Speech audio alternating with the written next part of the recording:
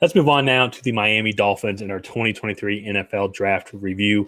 But before we get into that, if you have not already, hit that subscribe button and ring that bell so you can get notified whenever we release Miami Dolphins content or AFC content or just general NFL content as well. Ryan and I, we have a goal of getting to 2,000 subscribers by the beginning of the NFL season. So we will be producing a bunch of content from until then. So be sure to subscribe, help us reach our goals. The easiest way to help us out. And also you'll get a lot more insider information on the NFL. And Ryan, with that being said, let's move on now to the Miami Dolphins, who did not do too much this weekend. Probably had a few beers Thursday night during the first round, kicking back, seeing who might be available, and then were able to sleep in after their Friday night hangover because they didn't have to come to the office until, probably about 4 o'clock Eastern time for their pick in the 6th round. So this will be – let's start out. So they started their draft early with traded for Jalen Ramsey. I like that trade. I think there's still a little bit left in the tank, and I think he fits the type of defensive system that they want to be at. Get him alongside Xavier Howard. Helps with some of that lockdown defense. And they actually have a good defensive front. Their front seven, led by Jalen Phillips, is really good. And so they, as we were able to see, they got after Josh Allen in the playoffs. Honestly, actually, kind of the main reason why they made the playoffs because they had huge quarterback troubles, obviously, ever since Tua had that concussion. So, and what's funny, too, about it, we did our 7-round mock draft, and, it came out the day after that trade happened, and we is when we were recording, and then we were putting it out that afternoon, and we had picked Cam Smith in the 7-round mock draft because we thought it's they could use a corner. This is just perfect value. And we're they're not actually going to take Cam Smith. Well, lo and behold, we should have trusted ourselves. And they ended up taking Cam Smith with the second pick. So with their 2nd round pick. So props to us. I'll say I like that pick. I understand why people are some reservations because he just traded for Jalen Ramsey, but also at the same time, Xavier Howard's getting close to being done in the NFL, or at least in Miami, probably. Jalen Ramsey's definitely getting close to being done, and so you're trying to build for the future. And he showed a lot of promise in his film, and I understand why he fell a little bit. There's some things to work on, but I think then you'll get him learning from 2 of the best corners in the league. So I think that is a fair pick there. Yeah, my biggest concern with this team, and we'll go through the rest of the picks here in a second, but they didn't address the offensive line until round 7. And to me, there were still plenty of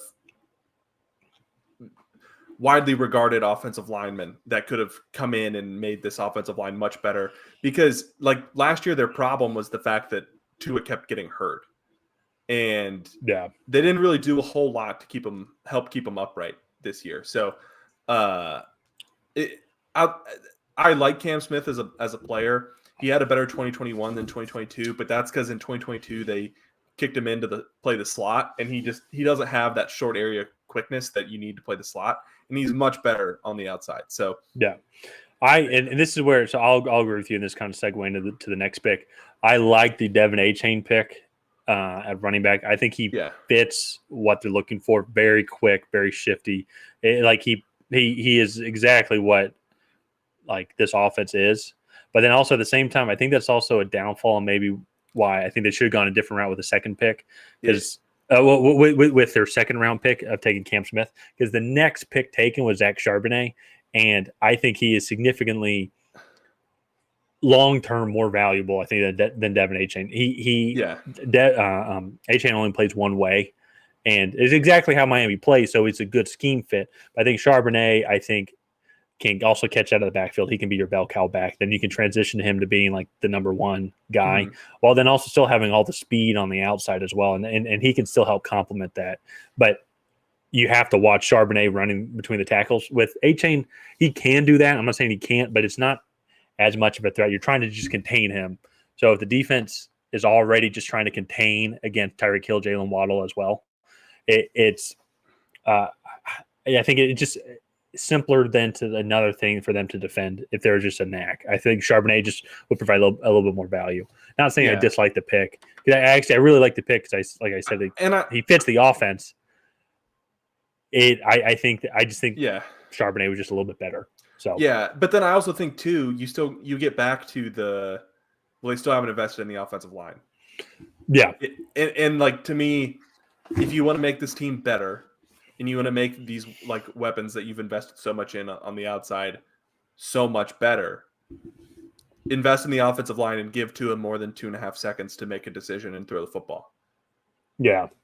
So honestly, if he had 2.5 seconds, I think that they would be happy with that. And So I will say, in their defense, the linemen who I would have liked for them to take at for their second round pick were off the board.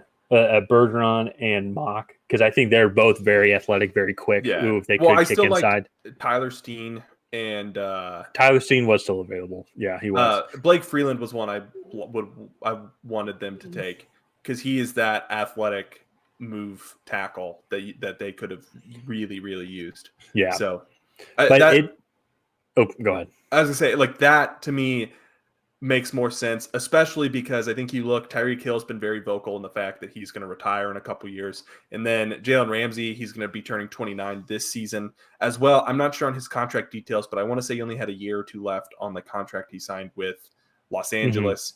And I think they're very clearly in more of a win now mode.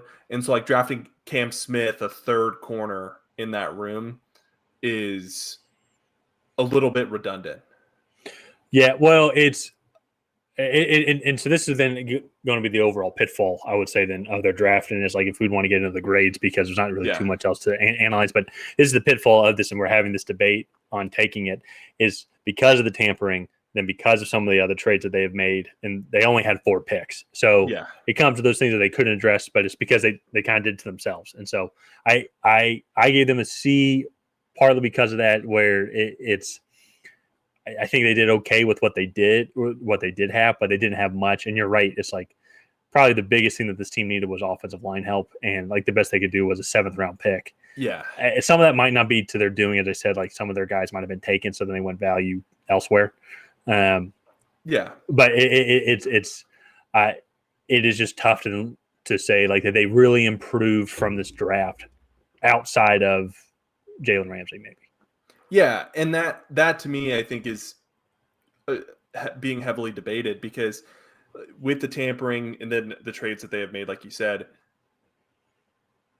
they had a few needs that I think they really needed to focus on coming into this to really make this team be able to compete with these top-tier teams, and I don't think that they really hit on it because they got the Jalen Ramsey trade, so I think they added that second corner that they wanted, and then that front 7 has been really good. That wide receiving room is already really good. They brought back Raheem Mostert and Jeff Wilson, I believe. And then they go out and then they get a third speed back. And I get he's probably better than both of those guys and adds probably an even faster set of legs to that backfield. But I just felt this draft was slightly redundant to what they already had. They didn't really fill major needs.